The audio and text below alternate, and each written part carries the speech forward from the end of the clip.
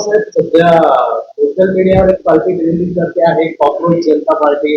एक व्ह्यू चांगले मिळालेले या पार्टीला आणि भाजपच्या लोकांमध्ये जी नाराजी आहे त्यामुळे ही पार्टी या सध्या चर्चेत आहे. काय सांगा?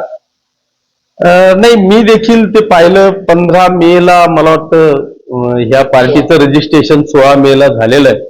आणि जर त्यांची म्हणजे तरुणांचा जो काही ओघ आहे त्या काकृत जनता पार्टीच्या मागे प्रचंड, म्हणजे मला वाटतं भाजपचं आणि काँग्रेसचं देखील रेकॉर्ड त्या कॉक्रेज जनता पार्टीने तोडलेलं आहे.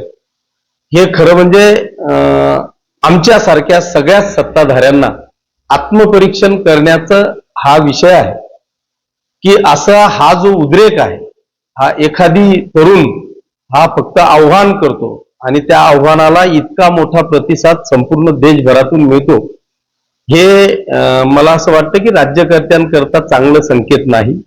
हे आत्मपरीक्षण करण्याची आमच्या सारख्यांवर ही वेळ आहे आणि ते आत्मपरीक्षण मला वाटतं आम्ही सगळेजण केले पाहिजे.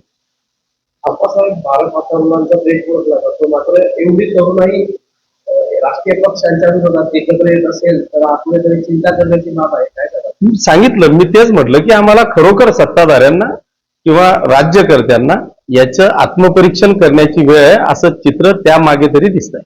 आप्पासाहेब, मनोज जरांगे पाटलांनी पुन्हा एकदा बसवण्याचा इशारा दिलाय. काय? आम्ही पहिलेही मनोज जरांगे पाटील साहेबांसोबत होतो, आजही त्यांच्या सोबत आहे की या संपूर्ण राज्यभरामध्ये म्हणण्यापेक्षा खास करून मराठवाडा आणि विदर्भातल्या काही भागामध्ये अनेक मराठा समाजाच्या लोकांना, तरुणांना या आरक्षणाचा लाभ मिळालेला नाही. त्याच्याकरता सरकार देखील कायदेशीररित्या तरतूद करतंय, कारवाया करतंय. बऱ्यापैकी मला वाटतं हैदराबाद गॅजेटच्या नुसार बऱ्यापैकी तरुणांना किंवा समाजाला लाखाच्या गणतीत मला वाटतं सर्टिफिकेट दिले गेले आहेत. अजूनही त्याच्यावर राज्य सरकार काम करतंय. मला खात्री आहे की युतीचं सरकार हे या राज्यातल्या मराठा समाजाच्या पाठीशी आहे.